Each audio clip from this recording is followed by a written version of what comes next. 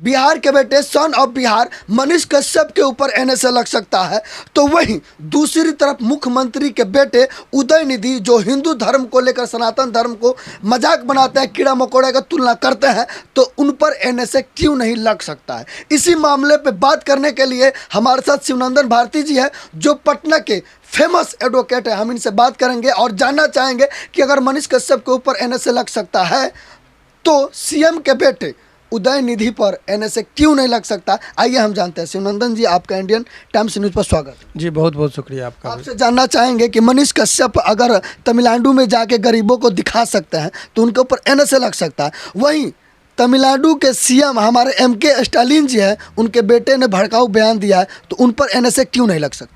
देखिए, आपको मैं एक दो बातें बता दूं कि इंडियन कॉन्स्टिट्यूशन में सभी आदमी को right to speech and expression का एक है, आर्टिकल 19 है, जिसमें है कि हर आदमी को अपने आइडिया को शेयर करने की शक्ति है और वो हमको जो है सो ये मेरा फंडामेंटल राइट देता है।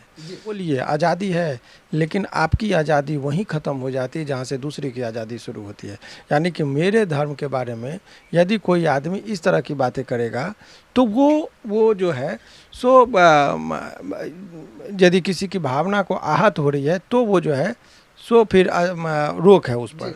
तो ऐसे परिस्थिति में ये जो कहा गया कि किस संदर्भ में बोला गया, किस परिस्थिति में बोला गया, वो एक डिफेंस के तौर पर वो ले सकते हैं।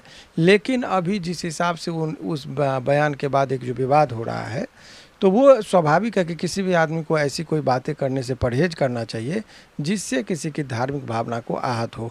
आपको याद होगा कि हिंदुस्तान का जो नेचर है और यहाँ का जो कल्चर है वो धार्मिक मामले पर बड़ा ही संवेदनशील है। और उस मामले को आपको याद होगा कि 1857 ईस्वी का विद्रोह जब हुआ था, उसमें मूल कारण धार्मिक भावनाओं के साथ छेड़छाड़ था। तो उस पर वो इतना बड़ा जो ब्रिटिश हुकूमत का यहाँ पर नींव जो पड़ रही थी ईस्ट इंडिया कंपनी की, उसके वो टूट गया था और गवर्नर जनरल के बाद वायसराय की स्थिति आई, बहुत सारी बातें। तो हमारे कहने का मतलब ये है कि ये धार्मिक भावना से परहेज करना चाहिए। अब जो आप लोगों का एक नई फिजाओं में बात चलने लगी है कि क्या एनएसए का मटेरियल है, तो एनएसए कौन लगा सकता है, पहले वो समझिए। एनएसए समुचित सरकार के द्वारा लगाई जाती है और समुचित सरकार के परिभाषा में दो लोगों को रखा गया है, राज्य सरकार या केंद्र सरकार। तो केंद्र सरकार को भी शक्ति है कि यदि कोई व्यक्ति से राज्य की एकता, अखंडता और सुरक्षा की खतरा है तो वो व्यक्ति इस आधार पर केवल संभावना है तो किसी व्यक्ति पर एनएसए लगाई जा सकती है। सर, हम जानना चाहेंगे कि एमके स्टालिन के बेटे जो उदयनिधि स्टालिन है, उन्होंने जो भड़काऊ बयान दिया हुआ है सनातन धर्म के, क्या ये एनएसए के दायरे में आता है कि नहीं। वही मैं कह रहा हूँ कि ये सरकार को रेकमेंड करना होता है। तो ये अभी केंद्र में बीजेपी की गवर्नमेंट है, वहाँ पर नॉन बीजेपी की गवर्नमेंट है, तो राज्य सरकार तो करेगी नहीं। केंद्र सरकार चाहे तो उसको रेकमेंड कर सकती है और उसको यदि लगता है तो वो लगा सकती है, अपने उसमें कोई रोक नहीं है। लेकिन मैं आपको बड़ी बेबाकी से कह रहा हूँ कि कुछ चीज़ें केवल चर्चा में कन्वर्ट करने के लिए किया जाता है ताकि वोटिंग चीज़ों को प्रभावित हो, लेकिन ये एक्शन लेना नहीं लेना वो मुझे नहीं लग रहा, क्योंकि एक लेवल पर आकर सभी लोग एक हो जाते हैं। हम आप उस चीज़ को समझते हैं।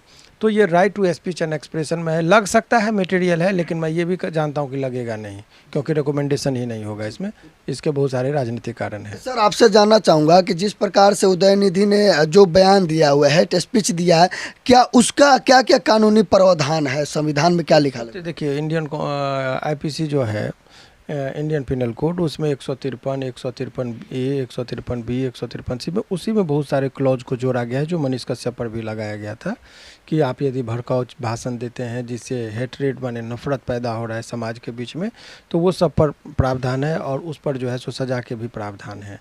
लेकिन वो जब कोई समुचित धाराओं में FIR करने के लिए किसी के पहल पर होगी, तमिलनाडु की मामला है तो तमिलनाडु में की सरकार करे या अदर गवर्नमेंट भी कर सकती है, लेकिन उसके लिए जो है सो बहुत सारी सरकार की इच्छा शक्ति होनी चाहिए।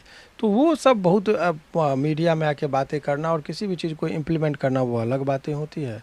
तो होमवर्क नहीं किया जाएगा और इस सब चीज़ पर मुझे लगता है कि बहुत सारी चीज़ों को संदर्भ में रखकर ये किया जाएगा। रही बात एनएसए का, तो एनएसए का मटेरियल है लेकिन एनएसए लगेगा नहीं, यही चीज़ आप निष्कर्ष पर पहुंच सकते हैं। मनीष कश्यप पर एनएसए लग सकता है तो फिर सवाल पैदा होता है कि MK स्टालिन के बेटे उदयनिधि पर क्यों नहीं लग सकता? क्या वो मुख्यमंत्री के बेटे हैं इसलिए? देखिए, उनकी सरकार है इसलिए? देखिए ये सब चीज़ मेरा पॉलिटिकल बयान से मैं परहेज करता हूँ, ये राजनीतिक बयान हो जाएंगे। इसीलिए आप ये चीज़ के लिए जो हर पार्टी के जो अपने अधिकृत तौर पर प्रवक्ता होते हैं उनसे ये लेंगे। मेरा कानूनी पक्ष क्या कहता है उसी चीज़ तक मैं अपने आप को सीमित। एक चीज़ ये भी आया है कि मनीष कश्यप की जो माँ है उन्होंने राष्ट्रपति को पत्र लिखा है और मांग किया है कि उदयनिधि पर जो है NSA लगाया जाए और मनीष कश्यप को रिहा किया जाए। देखिए, रिहा की बात तो अलग मामला है, लेकिन देखिए बड़ा अच्छा चीज़ समझने की ज़रूरत है कि राष्ट्रपति को और गवर्नर को क्षमा दान करने की शक्ति है जी। लेकिन क्षमा कब? जब न्यायालय से वो दोषी हो जाएंगे तब क्षमा की बात। न्यायालय की प्रक्रिया के तौर पर उनको इंटरफेयर करने की शक्ति नहीं है। तो ये चीज़ें समझने की ज़रूरत है कि अभी कैसे राष्ट्रपति या ये करेंगे, क्योंकि ये मामला न्यायालय में लंबित है। ऐसे परिस्थिति में वो जो है सो जो भी आदेश होगा वो कोर्ट से ही होगा। कोर्ट राइट और रॉन्ग कुछ कर देंगे तब वो क्षमादान की याचना कर सकते हैं। अभी इस परिस्थिति में राष्ट्रपति महोदय या गवर्नर महोदय जो हैं वो इसमें इंटरफेयर नहीं कर सकते। ये मामला दोनों खड़ा हुआ, एक तरफ मनीष कश्यप पे NSA लगा है, दूसरा जो है स्टालिन के बेटे पर नहीं लगा है, तो इसमें मनीष कश्यप को राहत मिल सकती है कि नहीं? मनीष कश्यप से इसका बयान का कोई कनेक्शन नहीं। वो केस अलग है, ये केस अलग है। हर चीज़ को संदर्भ में जोड़ना ये कदापि उचित नहीं है।